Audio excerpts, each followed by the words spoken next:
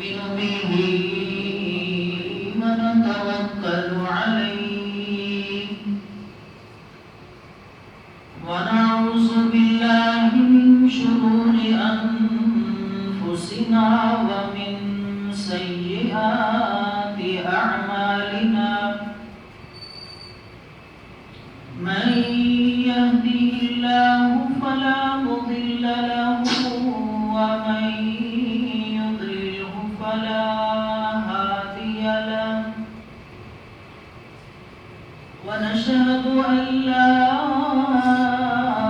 إله إلا الله وحده لا شريك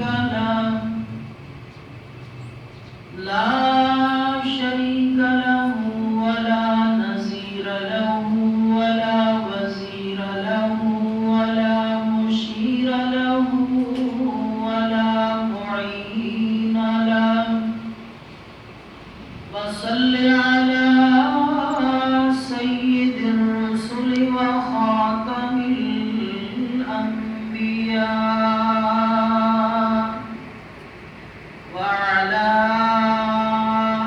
آله وأصحابه الذين اصطفى الذين هم خلاصة العرب وخير الخلائق بعد الأنبياء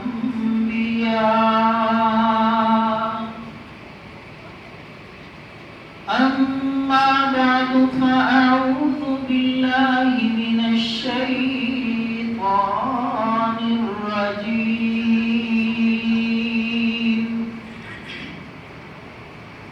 بسم الله الرحمن الرحيم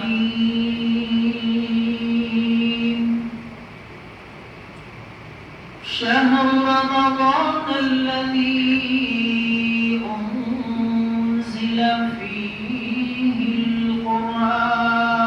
القرآن هدى للناس وبينات من الهدى والفرقان آمنت بالله صدق الله مولانا العظيم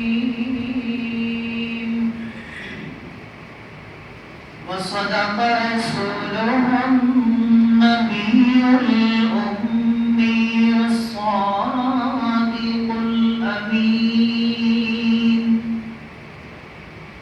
ونحن على ذلك لمن الشاهدين والشاكرين والحمد لله رب العالمين اللهم صل على محمد وعلى آل محمد كما صليت على إبراهيم وعلى آل إبراهيم إنك حميد مجيد اللهم بارك على محمد وعلى آل محمد كما باركت على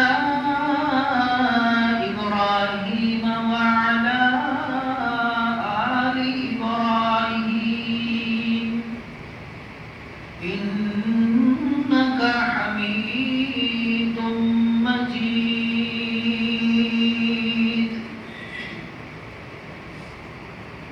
واجب الاحترام محترم سامعین کرام اللہ دی توفیق نال قرآن حکیم دا مختصر حصہ تلاوت کیتا ہے دعا ہے اللہ رب العالمین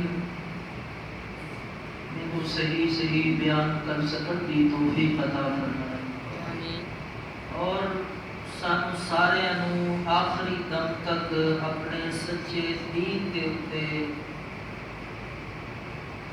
عمل پیرا رہ کے زندگی بسر کرن دی توفیق عطا فرمائے۔ انسان دے اندر فطرتی طور تے اللہ رب العالمین نے دو طاقت رکھی ہیں۔ ایک طاقت انسان دے اندر ہوتی ہے نفسانی طاقت، حیوانی طاقت، اور دوسری انسان دے اندر ہوتی ہے روحانی اور تقوی والی طاقت۔ جس وقت انسان دے اتے او نفسانی طاقت، حیوانی طاقت غالب آ جاتی ہے، پھر بندہ گناہ دی طرف راغب ہوتا ہے، گناہ دی طرف جاتا ہے، کیونکہ وہ طاقت حیوانی اور نفسانی بندے نو اللہ تو دور کرتی ہے اور گناہ دی طرف، اللہ دی نافرمانی دی طرف لے کے جاتی ہے۔ اور اگر دوسری طاقت تقوی والی روحانی طاقت کا غلبہ ہوئے تو وہ گناہ تو بھی بندے کو روک دیے اور اللہ دی فرما برداری اور اطاعت دی طرف لے کے جاتی۔ تو یہ رمضان المبارک کا مہینہ روزے کا رکھنا، اس کا صرف اور صرف مقصد یہ ہے کہ وہ روحانی طاقت جڑی بندے کی تقوی والی طاقت ہے اس کے اندر اضافہ ہوئے، وہ مضبوط ہوئے، تاکہ بندہ اللہ کی نافرمانی تو رکے اور اللہ کے حکم نو پورا کرے۔ سارا سال بندہ اپنے جسم نو توانائی، طاقت اور غذا پہنچاتا ہے۔ جب جسم طاقت اور توانا ہوتا ہے، اس نو غذا پہنچ دیے، طاقت پہنچ دیے کہ اور نفسانی خواہشات اور حیوانی طاقت کے اندر بھی اضافہ ہوتا ہے۔ اسی طرح جس وقت بندے کی روح نو غذا پہنچ دیے، روح نو طاقت مل دیے، تے بندے دے اندر اللہ کا خوف، ڈر اور تقوی جدوں آندا ہے تے پھر بندہ نیکی دی طرف جاتا ہے۔ تو رمضان المبارک دے اندر انسان کو صرف اور صرف ایک ہی درس اور سبق دیتا جاتا ہے کہ جس طرح میرے بندے تو پورا سال جسم کا خیال رکھنا ہے، جسم کو طاقت پہنچانا ہے، جسم کو غذا پہنچانا ہے، اسی طرح اپنے روح کا بھی ذرا خیال کر، اس کی بھی ضرورت ہے، اس کا بھی تقاضا ہے، روح کا تقاضا، روح کی ضرورت بھی غذا ہے، اور وہ غذا تقوی کی صورت دے اندر، نیکی کی صورت دے اندر، اللہ کی عبادت اور اطاعت کی صورت دے اندر طاقت ملتی ہے روح نو اور یہ مضبوط ہوتی ہے۔ پھر بندہ اللہ کا حکم خوش دلی دے نال پورا کرتا ہے، پھر بندے دے اندر خواہشات نو پورا کرن دا جذبہ غالب نہیں ہوتا، بلکہ اللہ کا حکم پورا کرن والا جذبہ وہ غالب رہتا ہے۔ جب تقوی، جب یہ روحانی قوت اپنے عروج اور بلندی کی طرف پرواز کرتی ہے تو پھر بندہ اللہ کے حکم کو سامنے رکھ کے چلتا ہے کہ میرا رب، میرا مالک کس کام میں خوش ہے، کس کام میں راضی ہے، میں تو وہ کروں گا۔ اپنی خواہشات پہ نہیں چلتا، رب کی مرضی پہ چلتا ہے۔ چنانچہ بادشاہ سلطان محمود، خدا ایک وزیر سی ایاز، بڑا فرما بردار، بڑا اطاعت شعار، دوسرے خدام اور دوسرے نوکر اور ملازمین اس ایاز دے اتے حسن کرتے سن کہ بادشاہ نو محمود نو اپنے اس غلام ایاز دے نال تے بڑا پیار ہے، بڑا خیال رکھتا ہے۔ دوسرے ملازمین اور نوکر تے خدام انہاں دے نال بادشاہ دا وہ سلوک نہیں۔ بادشاہ کو پتہ چلیا تو سلطان محمود نے آخیا کہ میں تمہیں دساں گا، تمہیں دکھاواں گا کہ وہ کی سبب اور کی وجہ ہے ایاز دے نال ایک خاص تعلق دے نال سلوک کرن دی۔ تو چنانچہ ایک دن بادشاہ نے محمود نے واری واری سارے نوکراں ملازماں نو بلایا اور ہیرے تے جواہرات پیش کیتے، ہیرے دے کے قیمتی موتی دے کے حکم دیتا کہ انہاں نو ذرا توڑ کے لے آؤ، یہ ہیرے توڑ کے ٹکڑے کر کے لے آؤ۔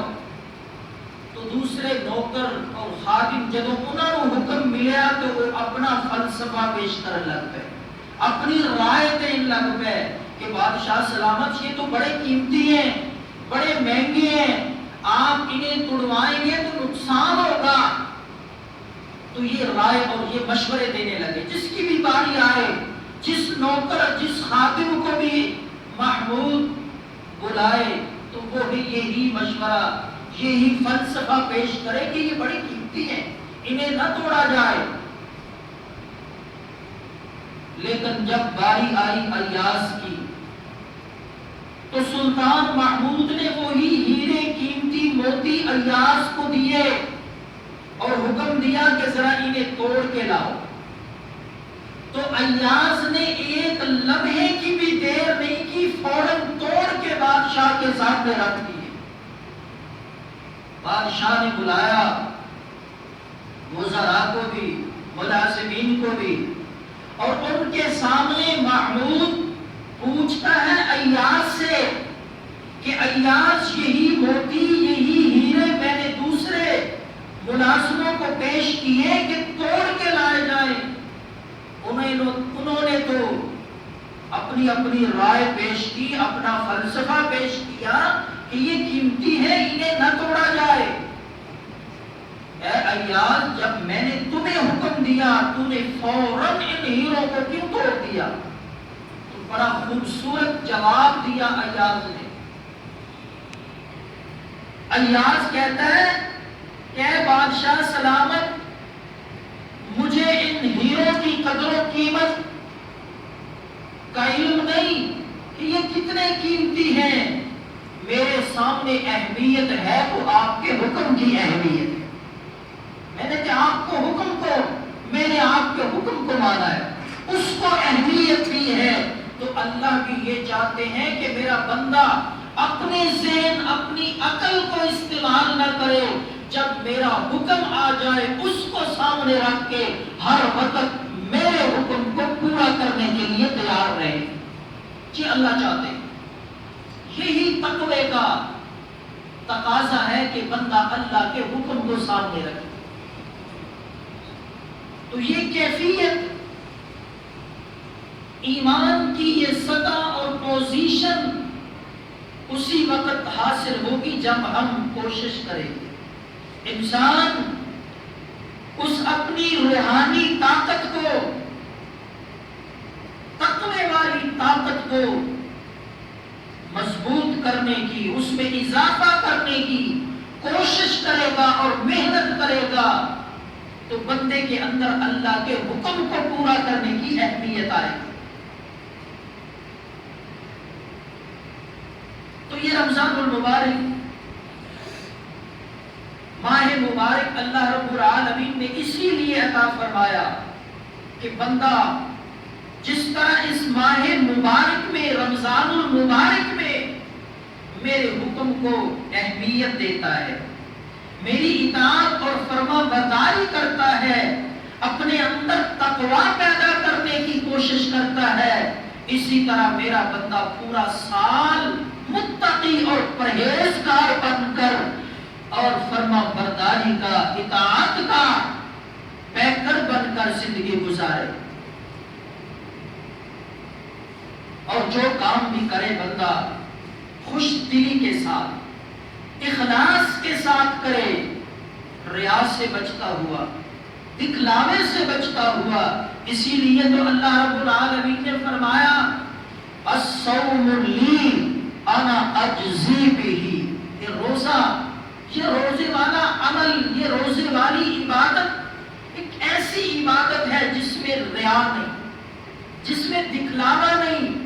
یا تو اس روزے دار کو پتا ہوتا ہے، یا جس مالک کے لیے اس نے رکھا ہوا ہے روزہ، اس مالک کو علم ہوتا ہے، کسی دوسرے بندے کو روزے کا علم اور روزے کی خبر نہیں ہوتی۔ اسی لیے اللہ نے فرمایا کہ الصوم لی، روزہ خالص میرے لیے ہے، انا اجزی بہ، اور اس کی جزا، اس کا بدلہ، اس کا ثواب بھی میں خود بندے کو عطا کروں گا۔ تو جس طرح روزہ خالص ہے، روزے والی عبادت خالص اللہ کے لیے بندہ کرتا ہے، اللہ چاہتے ہیں میرے بندے کی ہر عبادت اسی طرح میرے لیے خالص ہو جائے۔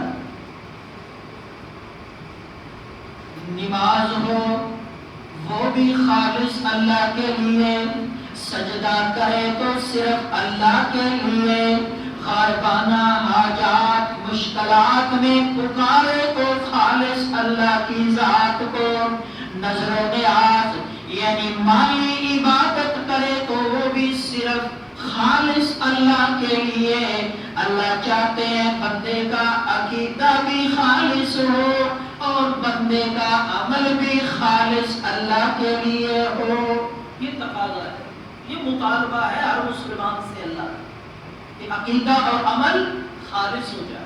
کس طرح خالص؟ اللہ نے پھر بتایا قرآن کہ کس طرح کا خالص عقیدہ چاہیے، کس طرح کا خالص عمل اللہ کو چاہیے۔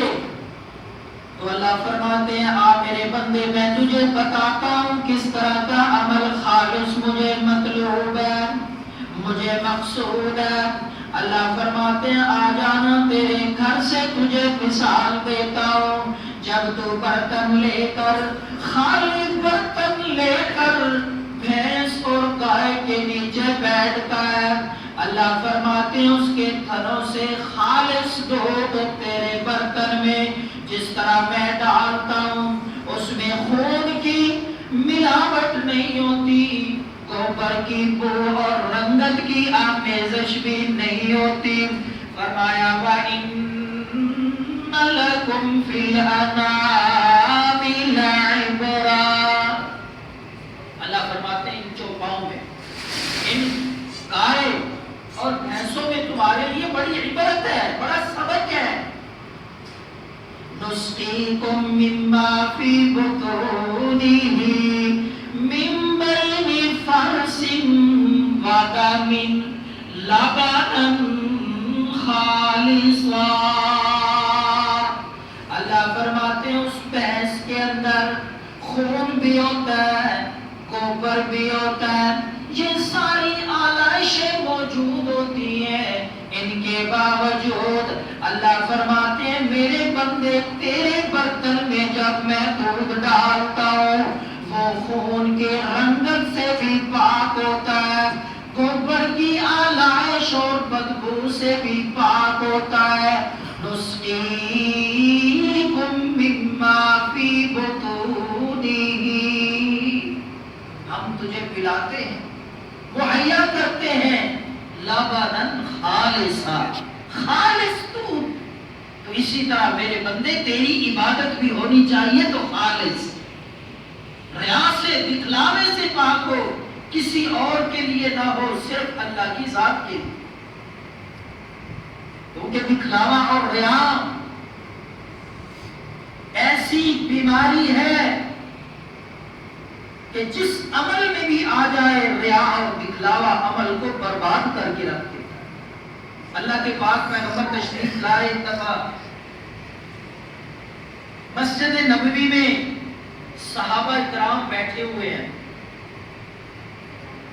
تو صحابہ کرام آپس میں دجال، فتنہ دجال کا ذکر کر رہے ہیں، اس کے خطرات۔ تو اس دجال کا تذکرہ کرتے ہوئے اللہ کے پاک پیغمبر تشریف لے آئے. دجال کا ذکر ہو رہا ہے، صحابہ سہمے ہوئے ہیں، ڈرے ہوئے ہیں، کتنا بڑا فتنہ ہوگا، اہل ایمان کے لیے کتنی بڑی آزمائش ہوگی. تو اس فتنے سے ڈر بھی رہے ہیں، اس کا تذکرہ بھی کر رہے ہیں. اللہ کے پاک پیغمبر تشریف لائے، پوچھا کہ کیوں اتنے خوف زدہ ہو، کس بات سے سہمے ہوئے ہو، کیا تذکرہ ہو رہا ہے؟ تو صحابہ نے عرض کیا یا رسول اللہ، ہم تو فتنۃ الدجال کی بات کر رہے ہیں، اس بہت بڑے فتنے اور آزمائش کا ذکر کر رہے ہیں کہ ایمان والوں کے لیے کتنا بڑا خطرہ ہوگا، کتنی بڑی آزمائش اور امتحان ہوگا، ہم اس کی باتیں کر رہے ہیں. اللہ کے پاک پیغمبر نے فرمایا میرے صحابہ بے شک وہ بہت بڑا فتنہ ہوگا، دجال بہت بڑی آزمائش اور امتحان ہوگا اہل ایمان کے لیے، لیکن میرے صحابہ آؤ میں تمہیں اس سے بھی بڑا فتنہ، اس سے بھی بڑے فتنے سے میں آگاہ کرتا ہوں.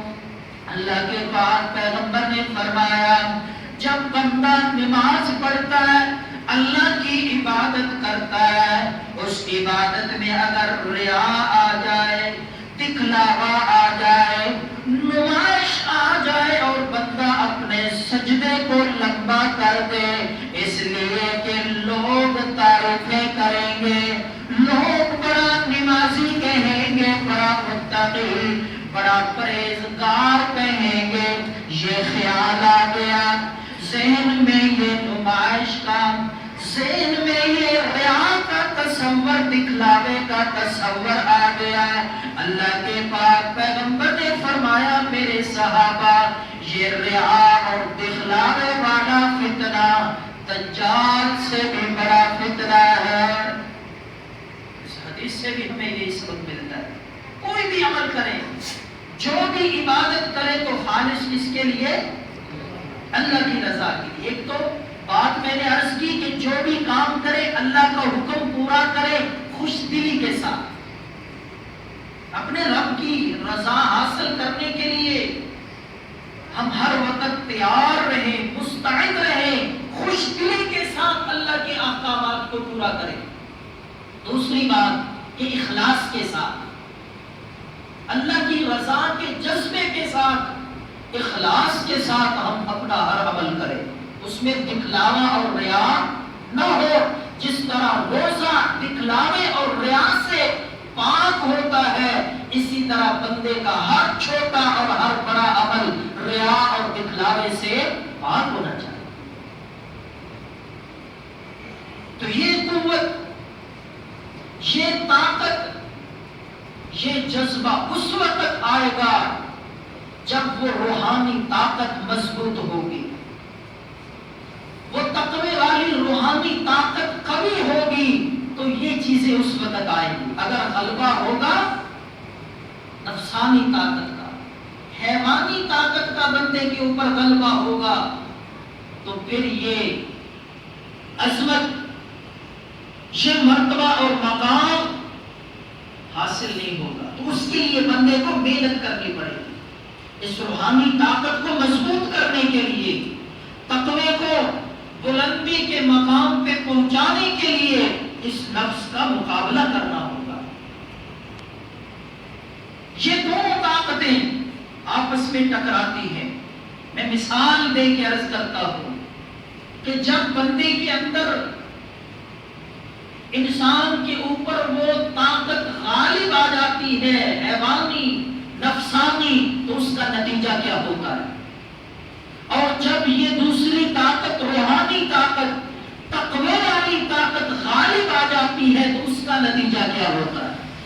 قرآن نے مثال دے کے سمجھایا ہے. حضرت سیدنا آدم علیہ السلام کے دو بیٹے ہیں، حابیل اور قابیل. اختلاف ہو گیا. چھٹے سپارے میں اللہ نے تفصیل کے ساتھ واقعہ بیان کیا ہے. تفصیلات میں نہیں جاؤں گا، اشارتاً عرض کروں گا اور بات کو آگے لے جانا چاہتا ہوں. اختلاف ہو گیا، جھگڑا ہو گیا. نوبت یہاں تک چلی گئی کہ ایک سگا بھائی دوسرے بھائی کو قتل کرنے پہ آمادہ ہو گیا. قال لأقتلنک، سگا بھائی ہے، ایک باپ کے بیٹے ہیں، کہنے لگا لأقتلنک، میں تجھے قتل کر دوں گا. اب دیکھیے یہ قتل کا جذبہ، گناہ کا جذبہ کیوں غالب آیا اس پہ کہ اس کی حیوانی طاقت، نفسانی طاقت غالب ہے اس پہ. کہنے لگا لأقتلنک، میں تجھے، قابیل کہتا ہے حابیل کو میں تجھے قتل کر دوں گا. جب یہ دھمکی دی قابیل نے اپنے بھائی حابیل کو، اب دیکھیے حابیل کا رد عمل دیکھیے. ایک پہ نفسانی طاقت غالب ہے، حیوانی طاقت کا غلبہ ہے، دوسرے بھائی پہ حابیل پہ روحانی طاقت کا غلبہ ہے. ذرا اس کا اظہار دیکھیے، اس کا نتیجہ دیکھیے. جب ایک بھائی نے دھمکی دی قتل کی تو حابیل کہتا ہے لَئِن بَسَطتَ إِلَيَّ يَدَكَ لِتَقْتُلَنِي، اے بھائی اگر تو اپنا ہاتھ بڑھائے گا میری طرف قتل کرنے کے لیے، مجھے جان سے مارنے کے لیے اگر تو اپنا ہاتھ بڑھائے گا، لَئِن بَسَطتَ إِلَيَّ يَدَكَ لِتَقْتُلَنِي مَا أَنَا بِبَاسِطٍ يَدِيَ إِلَيْكَ. تو حابیل کیا کہتا ہے؟ تو مجھے قتل بھی کرے گا، جان سے بھی مارے گا، ہاتھ اٹھائے گا، تو میں اپنا ہاتھ نہیں اٹھاؤں گا، میں بدلہ نہیں لوں گا، میں انتقام کی آگ میں آ کے تجھے نہیں ماروں گا. کیوں؟ اب دیکھیے ایک بھائی ہے وہ قتل کرنے پہ تلا ہوا ہے، دوسرے کے اندر بھی دل ہے، نفس ہے، اس کے بھی انتقامی جذبات ہیں، لیکن اس کا تقوی اسے روک رہا ہے. وہ کیا کہتا ہے؟ ما انا بباسط یدی الیک، میں اپنا ہاتھ نہیں اٹھاؤں گا، میں تیری طرف ہاتھ نہیں اٹھاؤں گا، نہیں بڑھاؤں گا، میں تجھے قتل نہیں کروں گا. کیوں؟ اس لیے کہ انی اخاف اللہ، میں اللہ سے ڈرتا ہوں. یہ تقوی ہے. اب دیکھیے ایک بھائی کے اوپر نفس کا حیوانی غلبہ ہے، دوسرے بھائی کے اوپر وہ تقوی والا روحانی طاقت کا غلبہ ہے. اس روحانی طاقت کے غلبے نے برائی سے، انتقام سے، بدلے سے، قتل سے اس کو روک دیا. یہ طاقت اگر ہمارے اندر بھی آئے گی تو ہم بھی گناہوں سے رک جائیں. یہ طاقت روکتی ہے، یہ روحانی طاقت، یہ تقوی والی طاقت برائی کو پیچھے دھکیلتی ہے اور نیکی کی طرف لے کے جاتی ہے. اسی طرح دوسری مثال قرآن سے کہ جب یہ تقوی والی طاقت، روحانی طاقت بندے کے اوپر غالب ہوتی ہے تو اس کا نتیجہ، اس کے اثرات کیا ہوتے ہیں، اور وہ دوسری طاقت نفسانی، حیوانی، وہ بندے پہ غالب ہوتی ہے تو اس کا نتیجہ کیا ہوتا ہے. اللہ کریم نے قرآن مجید میں واقعہ بیان فرمایا قارون کا. چنانچہ اللہ فرماتے ہیں فَخَرَجَ عَلَىٰ قَوْمِهِ فِي زِینَتِهِ، جب بڑی شان و شوکت کے ساتھ، بڑی زیب و زینت کے ساتھ، بڑے جاہ و جلال کے ساتھ قارون نکلا اپنے گھر سے. بڑی شان و شوکت ہے، بڑی زیب و زینت ہے. تو اللہ فرماتے ہیں جب وہ باہر نکلا تو لوگوں کے دو طبقے تھے، دو قسم کے لوگ تھے. ایک پہلا طبقہ، پہلا گروہ، اللہ فرماتے ہیں قال الذین یریدون الحیاۃ الدنیا، پہلا طبقہ، پہلی جماعت. جب انہوں نے قارون کو دیکھا، قارون کی شان و شوکت، زیب و زینت دیکھی، ہاتھ بانٹ دیکھی، جاہ و جلال، دنیا کی عارضی اور فانی عزت دیکھی، تو اللہ فرماتے ہیں قال الذین، جب ان لوگوں نے دیکھا یریدون الحیاۃ الدنیا، جن کی نظر صرف دنیا پہ تھی، جو صرف دنیا چاہتے تھے، دوسرے لفظوں میں جن کے اوپر وہ نفسانی اور حیوانی طاقت کا غلبہ تھا، وہ کیا کہتے ہیں؟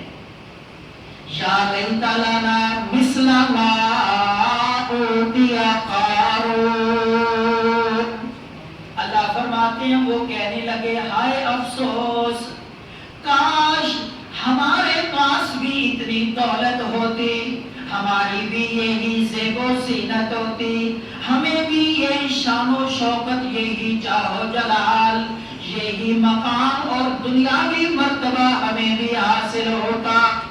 انہوں نے کیا کہا؟ کاش یہ دولت، یہ عزت، یہ مال ہمارے پاس بھی ہوتا جو قارون کے پاس ہے۔ یہ نتیجہ تھا اس حیوانی اور نفسانی طاقت کے غلبے کا کہ یہ خواہش کر رہے ہیں دنیا کی خواہش۔ تو دوسرا طبقہ، دوسری جماعت جن کے اوپر تقوی کا، روحانی طاقت کا غلبہ تھا، انہوں نے کیا کہا؟ وَقَالَ الَّذِينَ أُوتُوا الْعِلْمَ وَيْلَكُمْ، اللہ فرماتے ہیں وہ دوسرا طبقہ، دوسری جماعت، دوسرے لوگ جن کے پاس علم تھا، جن کے پاس تقوی تھا، جن کی روحانی طاقت کامل عروج پہ تھی، اور ان کی نظر دنیا پہ نہیں، دنیا کے مال و اسباب پہ نہیں، دنیا کی عارضی اور فانی شان و شوکت پہ نہیں تھی، بلکہ ان کے نظر آخرت پہ، اللہ کی جنت اور جنت کی نعمتوں پہ تھے۔ اللہ فرماتے ہیں جب انہوں نے قارون کو دیکھا تو قارون کے جاہ و جلال، قارون کی شان و شوکت پہ وہ افسوس کرنے والے، اس کی تمنا کرنے والے، اس عارضی اور فانی دنیا کی خواہش اور چاہ دل میں رکھنے والوں کو جواب دیتے ہیں یہ تقوی والے، وَيْلَكُمْ ثواب اللہ خیر، کوئی بربادی ہو تمہاری، بڑے افسوس کی بات ہے، ہلاکت میں پڑو تم، یہ فانی ہے سب کچھ، جو قارون کے پاس ہے یہ سب فنا ہونے والا ہے، جو اللہ کے پاس ثواب اور اجر ہے اس کی تمنا کرو، وہ باقی رہنے والا ہے۔ اب دیکھا آپ نے کہ دو طبقے ہیں، دو انسانی طبقے، جب ایک طبقے نے قارون کی شان و شوکت کو دیکھا، جن کے اوپر نفسانی خواہشات کا اور حیوانی طاقت کا غلبہ تھا، انہوں نے کیا اظہار کیا؟ اس بات کی تمنا کی۔ اور دوسرا طبقہ جن کے اندر تقوی تھا، جن کے اندر آخرت کی تمنا تھی، جن کی نظر دنیا پہ نہیں بلکہ عقبہ اور آخرت پہ تھی، انہوں نے کس بات کا اظہار کیا؟ تو یہ انجام ہوتا ہے تقوی والوں کا بھی اور روحانی طاقت رکھنے والوں کا، اور جو نفسانی طاقت اور حیوانی طاقت کا جن کے اوپر غلبہ ہوتا ہے، یہ کیفیت ہوتی ہے۔ اسی طرح تیسری مثال قرآن نے بیان فرمائی کہ جب انسان کے اوپر یہ روحانیت اور تقوی والی طاقت غالب ہوتی ہے تو وہ طاقت گناہوں کو روکتی ہے۔ جس طرح جسم کے اندر طاقت ہے، قوت مضاعفت ہے، وہ بیماری کو روکے گی، دھکیلے گی، بیماری کو دور کرے گی۔ تو میرے معزز سامعین، اسی طرح اگر بندے کے اندر یہ روحانی طاقت ہوگی، تقوی والی طاقت ہوگی، یہ قوت مدافعت ہوگی، تو یہ روحانی طاقت، تقوی والی طاقت بندے کو گناہ سے دور کرے گی اور گناہ کو بھی دھکیلے گی، روکے گی بندے سے۔ تیسری مثال قرآن کریم نے بیان فرمائی، جناب سیدنا یوسف علیہ السلام کا واقعہ، تفصیلات میں نہیں جانا چاہتا۔ حضرت یوسف علیہ السلام عزیز مصر کے گھر ہیں۔ ایک وقت آیا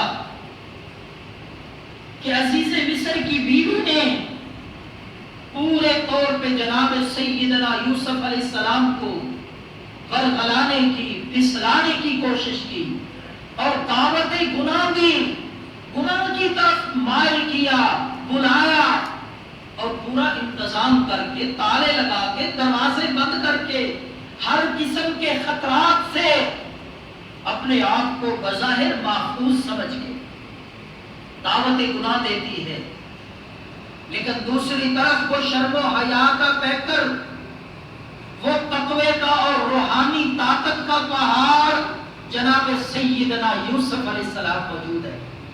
تو جب گناہ کی دعوت دی گئی زلیخا کی طرف سے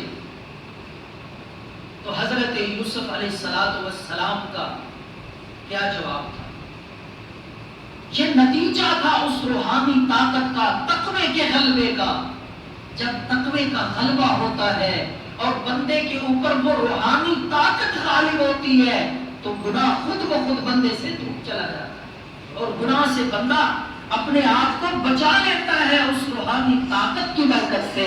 جناب سیدنا یوسف علیہ السلام کو جب دعوت گناہ دی گئی تو اللہ کے پیغمبر فرماتے ہیں قال معاذ اللہ، اللہ کی پناہ۔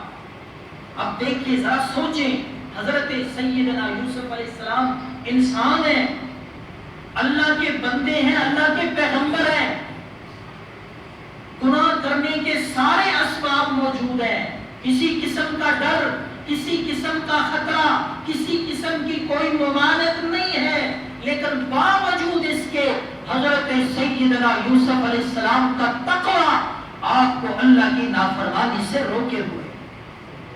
کون سی بات تھی مانے، کون سی چیز تھی سامنے کہ جس وجہ سے حضرت یوسف علیہ السلام نے جواب دیا قال معاذ اللہ، اللہ کی پناہ کہ میں اس مالک کائنات کی نافرمانی کروں، میں اس مالک کو ناراض کروں۔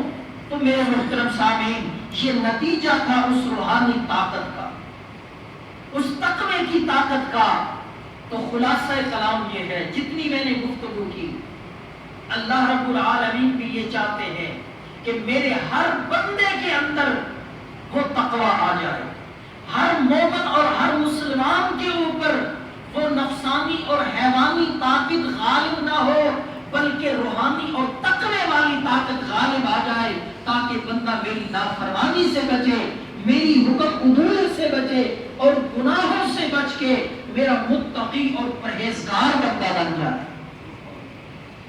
تو یہ مشکل نہیں ہے، مشکل نہیں، تھوڑی سی محنت لگتی ہے، تھوڑی سی کوشش کرے، انسان عزم کرے، ارادہ کرے کہ میں اپنے مالک کو ناراض نہیں کروں گا۔ اور اس غیر گزرے دور میں، فتنہ و فسادات کے اس دور میں اگر بندہ اللہ کے احکامات کو، فرائض کو بھی پورا کر لے تو بہت بڑی غنیمت ہے۔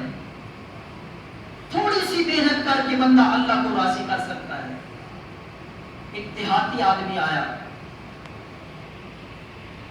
سادہ سا بندہ ہے، دیہاتی بدو، اللہ کے پاک پیغمبر امام الانبیاء محمد الرسول اللہ کی خدمت میں آکے کہتا ہے یا رسول اللہ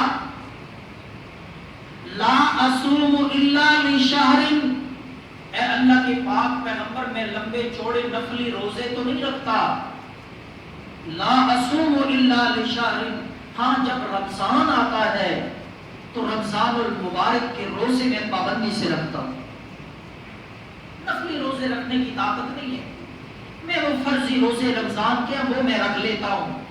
اسی طرح کہنے لگا یا رسول اللہ لا اصلی الا الخمس، کہ میں زیادہ نوافل، تہجد وغیرہ نفلی نمازیں تو میں نہیں پڑھتا، ہاں جو 5 وقت کی فرض نماز ہے وہ میں وقت پہ ادا کرنے کی کوشش کرتا ہوں، 5 وقت کی نماز میں ادا کرتا ہوں، پڑھتا ہوں، باقی نوافل وہ میں نہیں پڑھتا۔ اسی طرح کہنے لگا اللہ کے پاک پیغمبر جہاں تک زکوٰۃ، صدقات اور خیرات کی بات ہے میرے اندر وہ طاقت نہیں، میں تو صاحب نصاب نہیں، میرے پاس مال ہی نہیں، میں زکوٰۃ اور صدقے کس بات کے ادا کروں؟ تو آپ مجھے بتائیں کہ این انا اذا مت، اے اللہ کے پاک پیغمبر جب میں مروں گا، جب مجھ پہ موت آئے گی تو میں کہاں جاؤں گا؟ اللہ کے پاک پیغمبر نے فرمایا فی الجنہ، اگر تو یہ کام بھی کرتا ہے، لمبی چوڑی نمازیں اور نفلیں تہجد نہیں پڑھتا، فرض نماز کی تو پابندی کرتا ہے اور رمضان کے روزے تو رکھتا ہے تو مرنے کے بعد تو جنت میں جائے گا. اللہ کے پاک پیغمبر نے خوشخبری دی.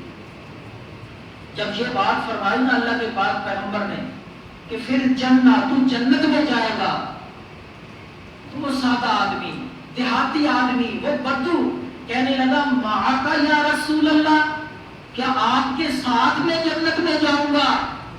تو حدیث میں آتا ہے فتبسم رسول اللہ، اللہ کے پاک پیغمبر مسکرائے.